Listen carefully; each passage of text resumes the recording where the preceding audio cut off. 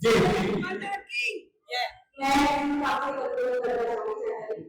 हमारे यहाँ नारी शक्ति है, पूरी आपके साथ है, आप दिल से आपके साथ हैं। लेकिन अगर आप हमारी हमारी किसी का से इसका कुछ दुश्मन का आपका बहुत असर होता है, लोग सुनते हैं, थोड़ा सा ऊपर कम कर दीजिए।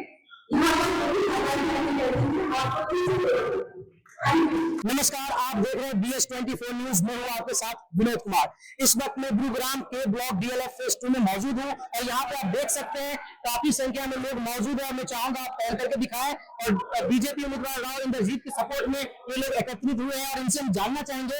मैम, क्या नाम है आपका? मेरा नाम रीता चावला है जी। आप राव इंद्रजीत जी को सपोर्ट कर रहे हो, क्यों? बिल्कुल सपोर्ट करेंगे क्योंकि वो नुमाइंदे हैं हमारे एरिया के भी और मोदी जी के भी, और हम लोग मोदी जी के लिए बिल्कुल खड़े रहेंगे। और ये औरतों के हक की बात है, क्योंकि उन्होंने जो औरतों के हक की बात मोदी जी ने करी है वो आगे पहुंचाने के लिए हमें जो बीजेपी सपोर्टर बनना ही पड़ेगा, क्योंकि उन्होंने जो पार्लियामेंट में औरतों के लिए काम किया है, मैं चाहती हूँ और भी करें।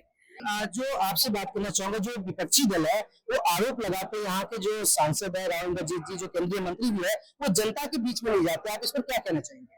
जी देखो, उनको ये हमारे सपोर्टर, हम उनके सपोर्ट इसलिए हैं कि वो बीजेपी के केंद्र में और वो काम करते हैं, लेकिन सामने आकर के दिखावा नहीं करते। क्या कहना चाहेंगे इस पर? किसी को जीत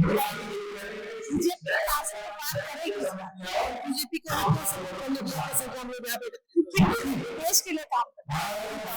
राजबब्बर जो है कांग्रेस से फिल्म अभिनेता है, काम करेंगे, वो अपना काम जो भी करना है लेकिन काम कर पटल पे जो काम हो रहा है जो पिछले 10 साल में हुआ, आप क्या कहना चाहेंगे? मैं ये कहना चाहूंगी कि देखो, जो सबसे पहले महिला होने के नाते मैं कहूंगी, जो नारी शक्ति मोदी जी के राज में आई है, आगे जो सेफ्टी नारी जी के लिए हुई है ना, वो पहले कभी नहीं हुई। कभी रेपिस्ट को फांसी की सजा देते हुए देखा आपने कभी भी? ये मोदी जी के राज में वो काम हुए जो आज तक नहीं हुए।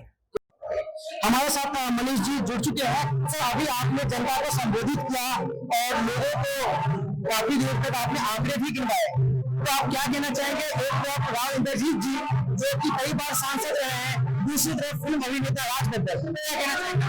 देखिए, ये वोट देश के विकास के लिए, देश के भविष्य के लिए है। राव इंद्रजीत जी हमारे यहाँ से 5 बार चुने हुए सांसद है, 6ठी बार जनता उनके काम पर चुनने जा रही है।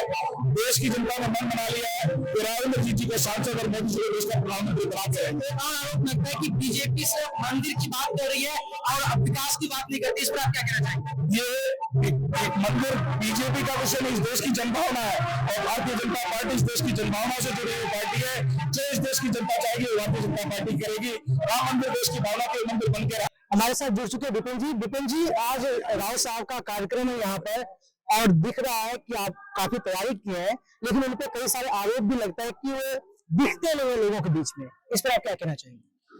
देखिए, अब कहने वाले पता नहीं क्या कह देते हैं। एक कैंडिडेट बाहर से आता है और वो कहता है कि जहाँ 4 आदमी खड़े हैं मैं पहुंच जाऊंगा, बिल्कुल पहुंचेगा। ये कैंडिडेट दिन में 18 मीटिंग कर रहा है। अगर आप शेड्यूल देखेंगे, और अगर एक मीटिंग में 5 मिनट भी डिले हुआ तो 1.5 घंटा कितना होता है? ये कहने वाली बात है। पता नहीं कौन क्या कह देता है, कहने वालों के मुंह नहीं पकड़े जाते।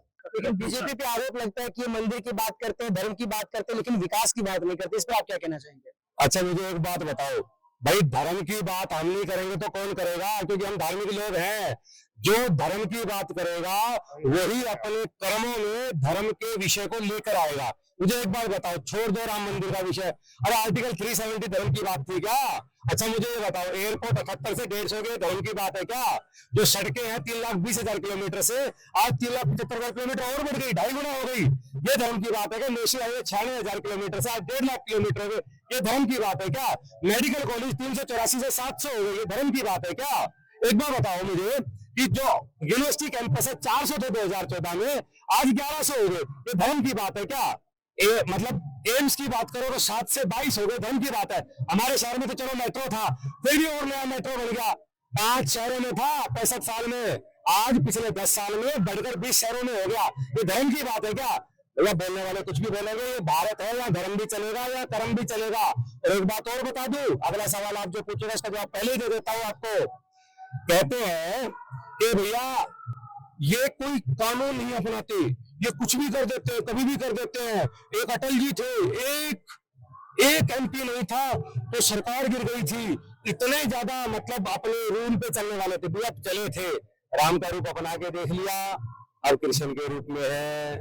ठीक है, तो जो करने का काम होगा करा जाएगा। त्रेता में राम थे, द्वापर में कृष्ण थे, और अब कलयुग है। राम जी का नाम और कृष्ण जी का काम दोनों चलेंगे, दुनिया देखेगी कैसे चलते हैं, और देख रही है। देखो, मेरे कहने का मतलब ये है कि इस समय ये बहुत इंपॉर्टेंट है कि कोई भी सरकार जो आए वो स्थिर हो, और क्या कहते हैं, मोदी सरकार जी में इस बात का सभी को भरोसा है कि वो जो फैसले लेते हैं उसको एग्जीक्यूट कर सकते हैं। इसलिए हमारा भला इसी में है कि थर्ड टर्म में भी एक स्थिर और स्टेबल सरकार हमको मिलनी चाहिए। आप क्या कहना चाहेंगे? मोदी सरकार जी आनी चाहिए। जिन्होंने जिस साहब ने विकास किया है देश का, उसका कोई जवाब नहीं है। वो हमारा जो विकास कर रहे हैं उसके हमें पूरा विश्वास है कि मोदी जी आने वाले सालों में भी देश का विकास और करेंगे, और देश का नाम ऊंचा करेंगे, और देश का नाम जगत में रोशन करेंगे। बिल्कुल, अगर कोई इलाज होता है तो उसमें दिक्कतें भी आती है, लेकिन वो लॉन्ग टर्म में बहुत ही फायदेमंद होता है। उनका कहना है कि मोदी जी की सरकार में सही काम हो रहा है और देश का तरक्की हो रहा है।